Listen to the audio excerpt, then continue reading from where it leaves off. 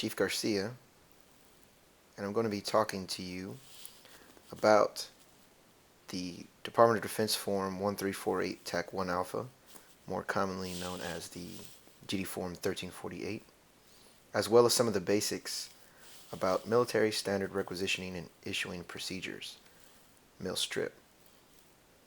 I'm going to be referencing the NAVSUP P409, the MILSTRIP desk guide, and again, MILSTRIP, as we scroll down, stands for Military Standard Requisitioning and Issue Procedures, and MILSTRAP stands for Military Standard Transaction Reporting and Accounting Procedures. So first, let's look at our DD Form 1348. And you will notice that it is a pretty simple looking form. And you can tell you're working with the correct form by looking over here to the bottom left, and there you see DD Form 1348 TAC 1 Alpha. The TAC 1 Alpha is the version with the barcodes. So the first block is the document identifier block. And if you're not familiar with any of the blocks, that's why we also have the NAVSUP P409 open. And I like the way the MILSTRAP, the NAVSUP P409, is presented, because it's presented according to the number of the MILSTRIP. For instance, and as we scroll down past the Julian date for non-leap years and then for leap years, you will see that Part A is the MILSTRIP and the document identifier, which is record positions 1 through 3.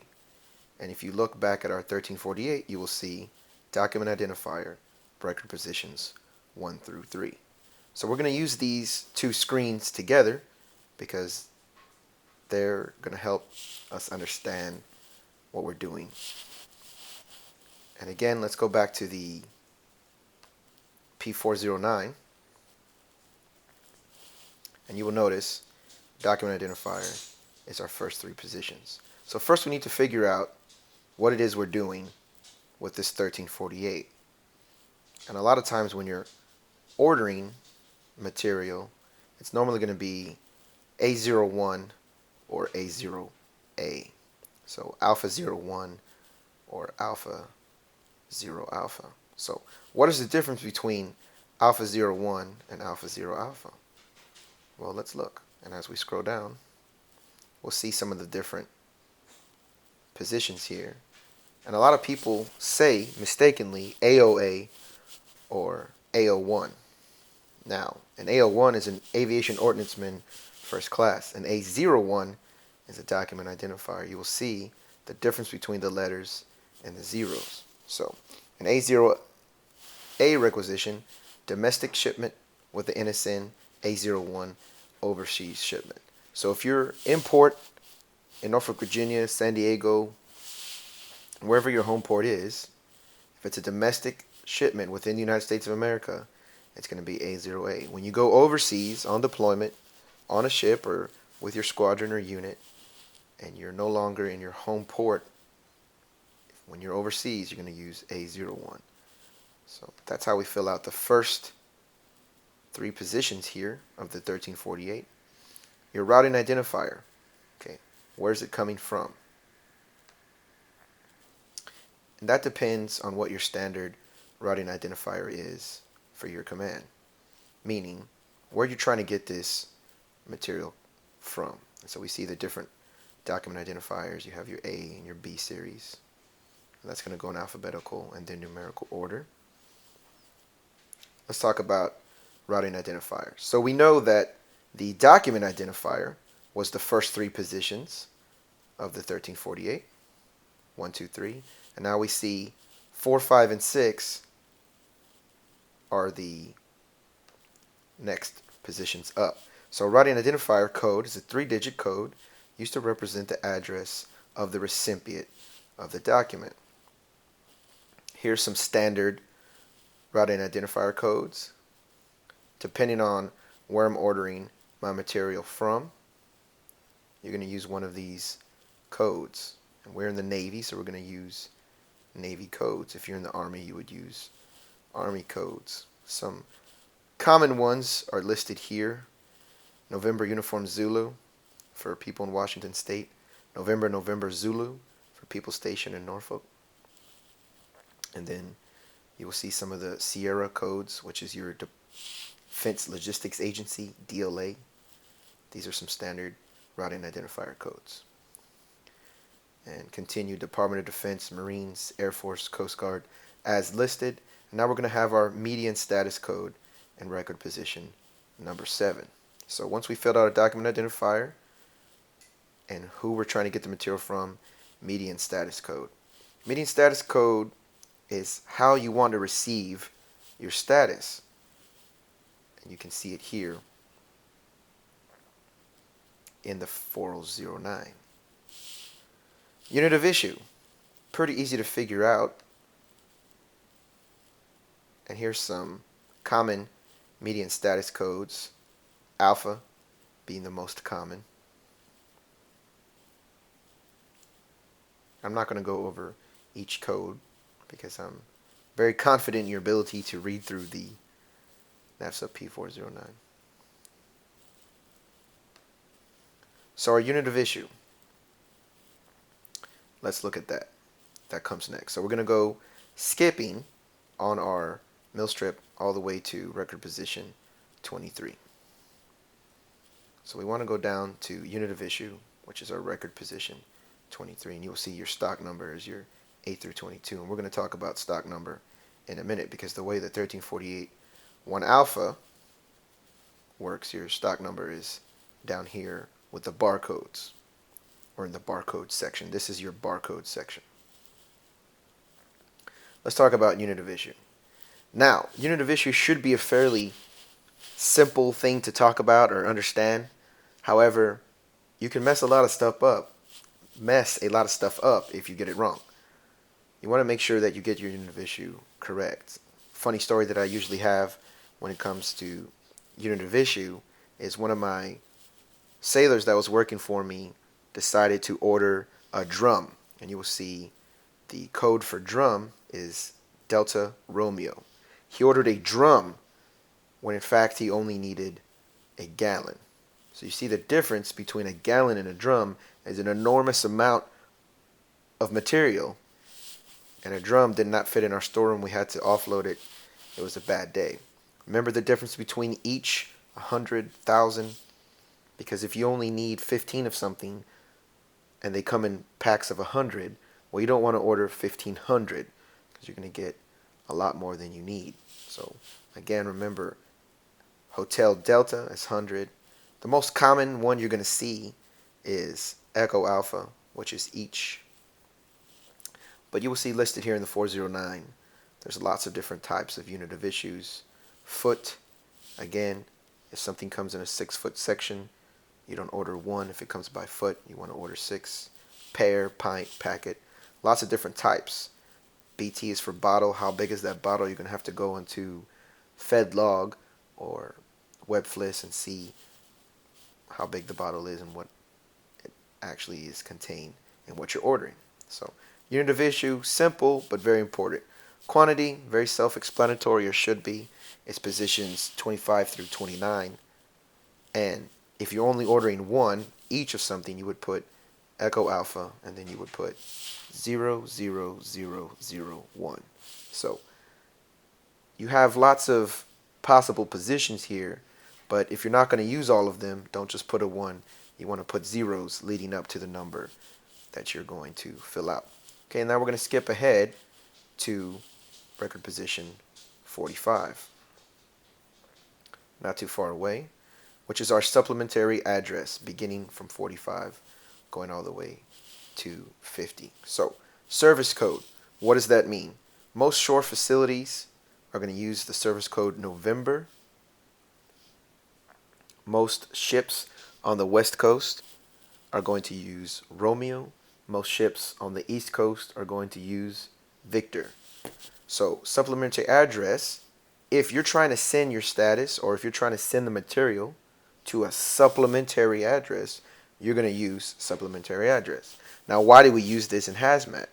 A lot of times, ships are going to use a sup address, which is a short way of saying supplementary address, to use as a sort of internal code where you want to send this information out to the supply system with your MILSTRIP data. However, you're telling the supply system, don't pay attention to my code because it's just for internal use only. So if it starts with a Y or Yankee in the service position, then the supply system knows, hey, this is an internal code. Normally you're going to see it here in supplementary address, Yankee November, and then it's probably going to be a storeroom location for the rest of the supplementary address. So that's what you're using the sup address for. Also, if you're ordering hazmat directly for a division, you want to identify it in the sup address. So you would use Yankee November, and then you have enough positions to put in the work center code for the work center that it's going directly to. Now remember, if you order hazmat, you want to make sure that you receive it in the hazmin cen, which is your hazardous material minimization center.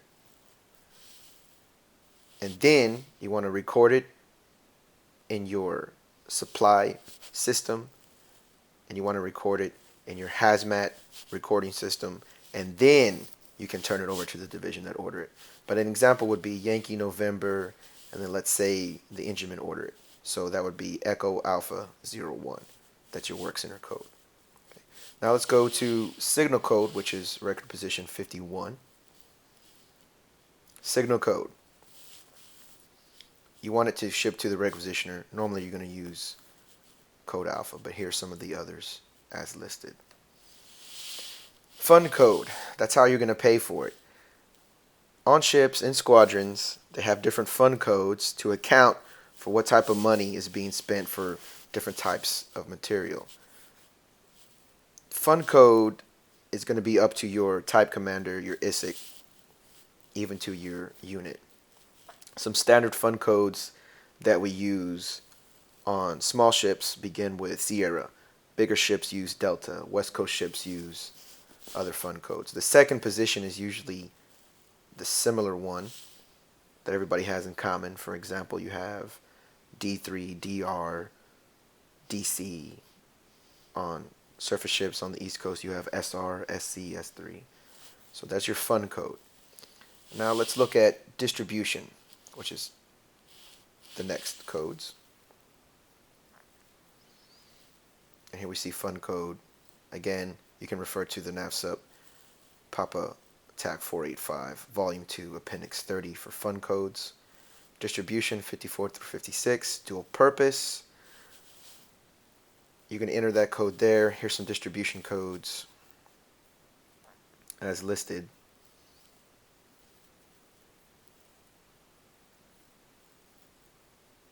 And there are a lot. Project code. Project code also going to be coming from the NAVSUP P485 Volume 2 for a listing of project codes. That's 57 through 59. 57 through 59. Priority. Now we talked in some of my classes about why can't I order hazmat as a high priority requisition or high priority requisition or a CAS rep? Because we have to be proactive when we buy hazmat, so we have to think ahead, and we're not allowed to order hazmat normally, high priority or CAS rep, because we're supposed to plan ahead, and hazmat's not going to move very quickly because of what it is. It's hazardous material. It's very hard to move quickly anywhere. So you're normally not going to see priorities 1 through 3 for the requisition for hazmat. Normally it's going to be 12, 14, 16, and on down the line, depending on what type of unit you are. But here in your priority, 1661, you can see it as we come down here, your priority designator. Now you have your urgency of need, what's going on. 1, 2, 3 is going to be your high priority requisitions, and then you're going to see 4, 5, 6, 9, 10, 11, 12, 13, 14, 15. So normally your hazmat is going to be here around the 13. Most units in the Navy are going to be these 3 numbers here, 3, 6, and 13. Sometimes 2, 5, and 12. I've never been at a unit that had 1, 4, and 11, but I know they exist. I've never been a part of one though. But normally your requisitions are going to fall here, and your hazmat requisitions are normally going to be priority 13. So you would enter 1, 3 here. Required delivery date. That's up to you, starting with position 62. Required delivery date. If you're ordering CASREP, it's 999. There are some other standard required delivery dates. But what you want to do here is enter an actual Julian date that you need this material by. It doesn't automatically mean that you're going to get your material by that required delivery date, but it is something that you can put in there. Again, Julian date. Advice code is the next one. 65 and 66, also dual purpose code. There are lots of different advice codes. I'm not even going to go over the most common ones because there's so many. Again, refer back to the 409 to figure out if you need an advice code. And we have your intra-Navy. We know we have the one for DLR turn-in is 5 Golf.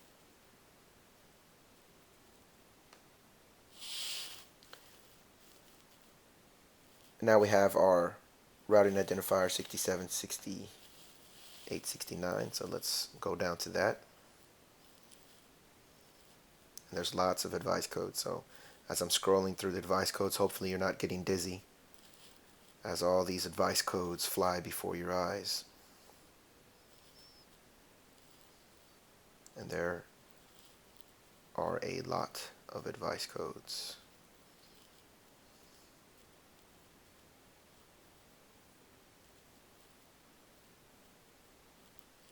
And I am still scrolling through the advice codes. Okay. So we have our other routing identifier, same as we talked about here, depending on where you're sending information to. Let's talk about 77.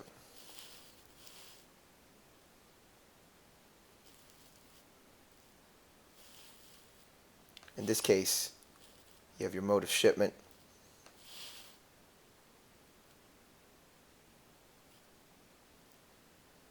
Well, here it's actually our unit price. So that should be pretty easy to figure out.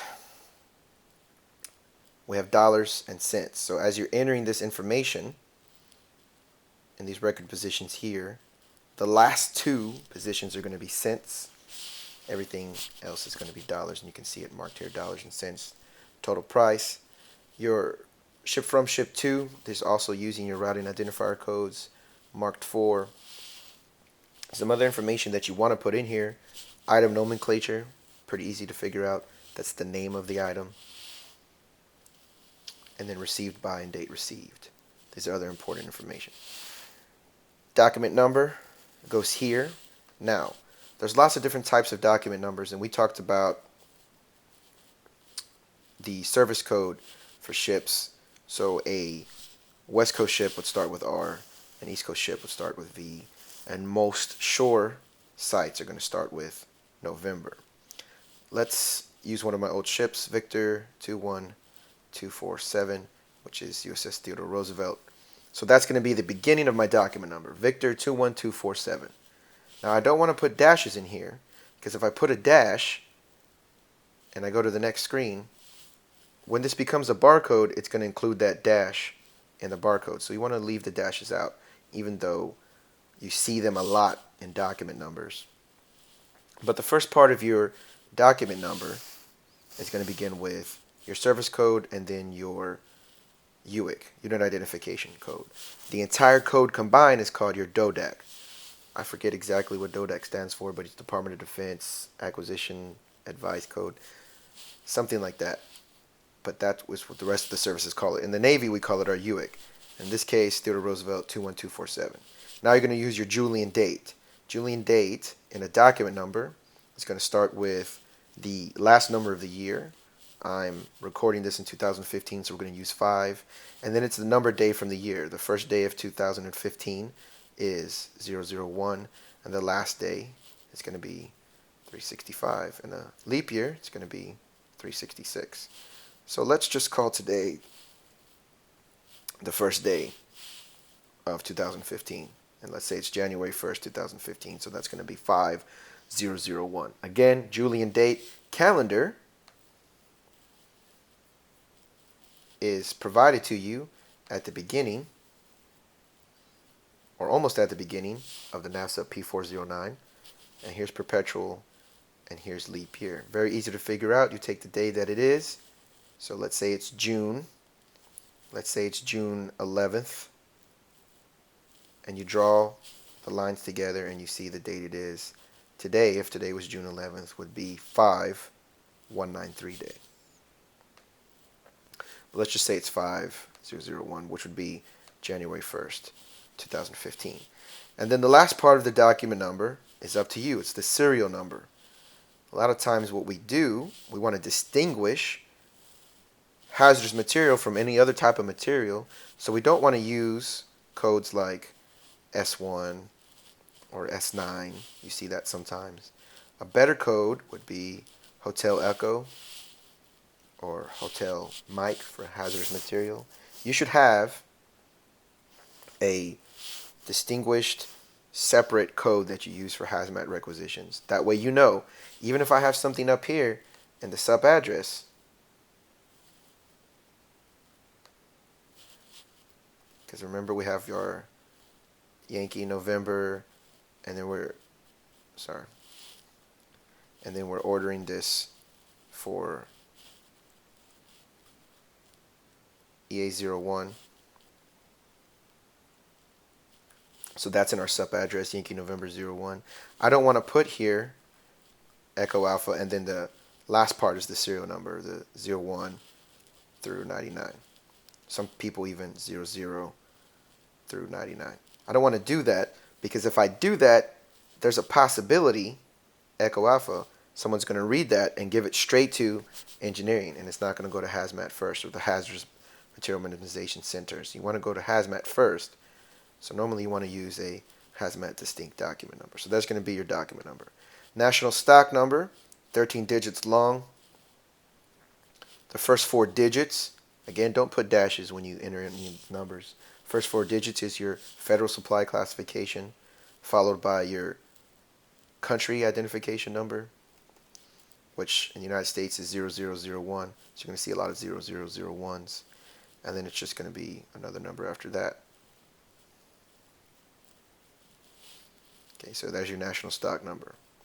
1, 2, 3, 4, my federal supply classification, 00 for my country code, 1, 2, 3, 4, 5, 6, 7. And remember, the last 9 digits of your national stock number, it is your NIN, your national item identification number. So 1, 2, 3, 4, 5, 6, 7, 8, 9. 9 digits, that's your NIN. Down here, some other information, including additional data, not mandatory. But that's how you fill out a 1348. Again, pretty simple, pretty straightforward. But if you're confused with some of the codes, I highly recommend you get your own copy of the NAVSUP P409. You can order it. Here's its stock number. In this case, FSC, Federal Supply Classification 0530. Lima Papa, which stands for a publication, and here's the rest of its NIN. You can order it that way. I've done it before and had it sent to the ship. I've ordered quite a few of these. Easiest way to do it, though, is to get on Navy BMR, and you can study it that way. It's available on the interwebs. There's your 1348 and some MILSTRIP training. And I'll provide some more as needed, but hopefully you can see this video and view it and you learn something from it. Any questions, please email me. Thank you. Good luck in the course.